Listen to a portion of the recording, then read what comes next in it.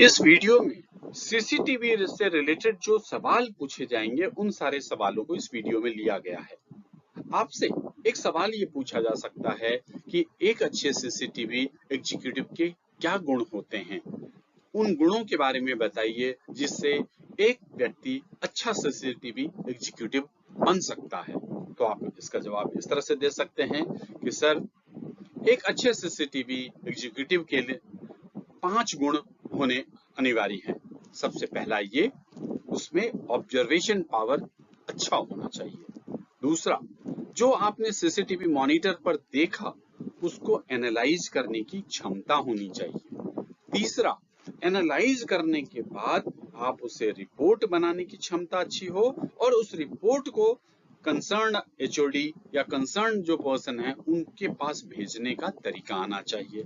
चौथी बात, कंप्यूटर का अच्छा नॉलेज होना चाहिए। नए नए जो खोज हो रहे हैं कंप्यूटर में उसके बारे में आपको जानकारी होनी चाहिए। और एक बहुत इंपॉर्टेंट चीज है कि सीसीटीवी एग्जीक्यूटिव में कॉन्फिडेंशियलिटी का भी गुण होना चाहिए, यानी कि जो खास बातें सीसीटीवी एग्जीक्यूटिव के पास है वो केवल कंसर्न आदमी को ही बताए, इधर उधर बातचीत में वो किसी को ना बताए। ये बहुत जरूरी है। तो आप ये 5 गुण बताएं, इंटरव्यूइंग ऑफिसर पर बहुत अच्छा असर पड़ेगा। अब आते हैं अगले क्वेश्चन पे। एक और खास करके पूछा जाने वाला सवाल है कि सीसीटीवी एग्जीक्यूटिव के रोल एंड रिस्पॉन्सिबिलिटी क्या होते हैं, इसके बारे में बताएं। इसका जवाब आप इस तरह से दें कि सर, सीसीटीवी एग्जीक्यूटिव के ढेर सारे रोल एंड रिस्पॉन्सिबिलिटी होते हैं, पर उसमें से 6 रोल एंड रिस्पॉन्सिबिलिटी बहुत इंपॉर्टेंट है। सबसे पहला, सीसीटीवी कैमरे का सही से ऑब्जर्वेशन करना। दूसरा, ऑब्जर्वेशन करने के बाद प्रॉपर रिपोर्ट बनाना। तीसरा, अगर सीसीटीवी कैमरे में वीडियो एनालिटिक्स सिस्टम है और कोई अलर्ट आता है तो आप तुरंत उसको कंसर्न क्यूआरटी या सिक्योरिटी हेड को इमीडिएटली बताना। चौथा, सीसीटीवी कैमरा सही तरीके से चले, अच्छे तरीके से चले, ये सुनिश्चित करना। और इसके लिए जरूरी है कि सीसीटीवी एग्जीक्यूटिव आईटी टीम और मेंटेनेंस टीम के साथ अच्छा कोऑर्डिनेशन रखे। उसके बाद प्लेबैक चेक करते रहना। ये 6 बातें आप बताएं, इंटरव्यूइंग ऑफिसर पर बहुत अच्छा असर पड़ेगा। एक छोटा सा क्वेश्चन ये भी पूछा जा सकता है कि सीसीटीवी कैमरे का फुल फॉर्म बताएं। ये बहुत आसान है, आप बताएं। Close circuit television camera. Full form जरूर याद रखें, ये कहीं भी पूछा जा सकता है। इसके बाद ये भी सवाल पूछा जा सकता है कि सीसीटीवी सिस्टम में कौन कौन से पार्ट्स होते हैं। पूरा जो सीसीटीवी सिस्टम लगता है इसकी कौन कौन इंपॉर्टेंट पार्ट्स होते हैं, ये सवाल आपसे पूछा जा सकता है। तो आप बताएं कि सर, इसके 7 इंपॉर्टेंट पार्ट्स होते हैं। सबसे पहले कैमरा, दूसरा मॉनिटरिंग स्टेशंस, तीसरा वीडियो रिकॉर्ड्स डीवीआर या एनवीआर, चौथा सपोर्टिंग एसेसरीज जैसे केबल, पीओई स्विचेज एक्सेट्रा। फिर उसके बाद आप बताएं वीडियो रिकॉर्डिंग स्टोरेज डिवाइस, फिर पावर सप्लाई, और फिर 7वां और आखिरी बताएं वीडियो मैनेजमेंट सॉफ्टवेयर। इन 7 को क्रम से बताएं, बहुत अच्छा असर पड़ेगा। आप ध्यान से इसको सुने और इसी तरह से आप जवाब दें। फिर एक और सवाल अक्सर पूछा जाता है, सीसीटीवी के प्रकार बताएं। तो आप बताएं कि सीसीटीवी के प्रकार कई तरह से होते हैं। खास करके 2 तरीके से हम बताते हैं, पहला सिस्टम के आधार पर और दूसरा मॉडल के आधार पर। सिस्टम के आधार पर अगर हम देखते तो 3 प्रकार के कैमरे हैं और मॉडल के आधार पर देखें तो 5 प्रकार के कैमरे होते हैं।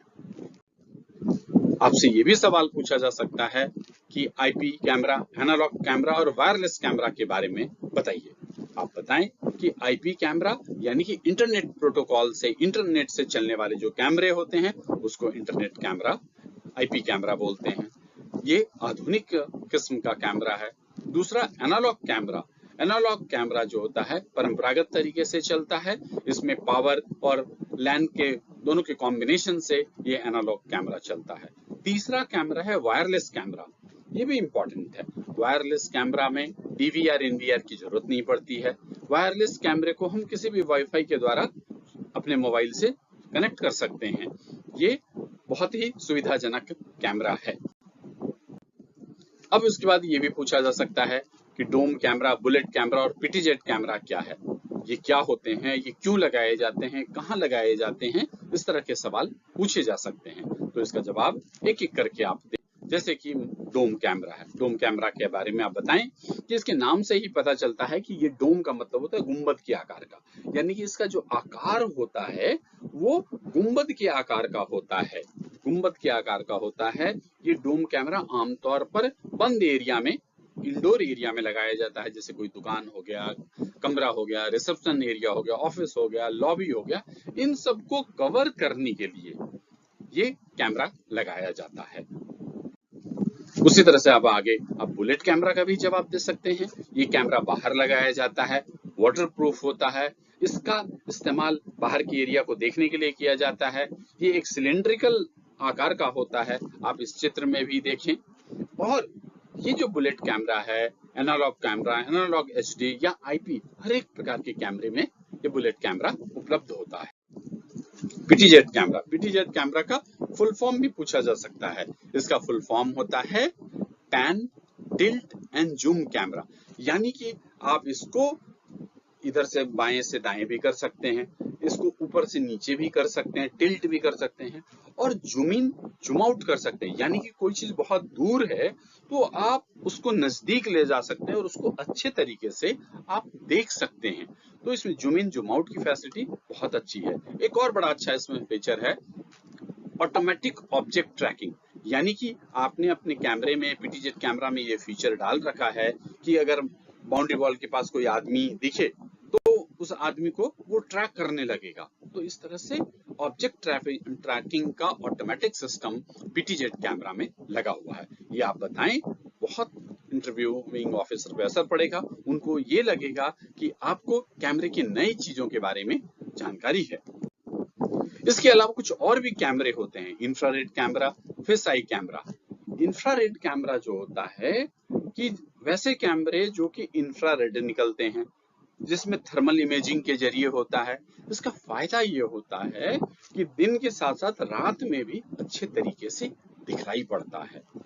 दूसरा कैमरा फिश आई कैमरा। फिश आई कैमरा, फिश आई कैमरा यानी कि जैसे फिश की आंखें चारों तरफ घूमती है, उसी तरह से इस कैमरे के भी जो अपर्चर है, जो देखने का एरिया है, 180 डिग्री से 360 डिग्री तक होता है। तो ये बहुत बड़े एरिया को देख लेता है, इसलिए इस तरह के कैमरे को चौराहे पे लगाया जाता है, कॉन्फ्रेंस एरिया में लगाया जाता है, ताकि पूरे कॉन्फ्रेंस एरिया को ऊपर से वो देख ले। चौराहे को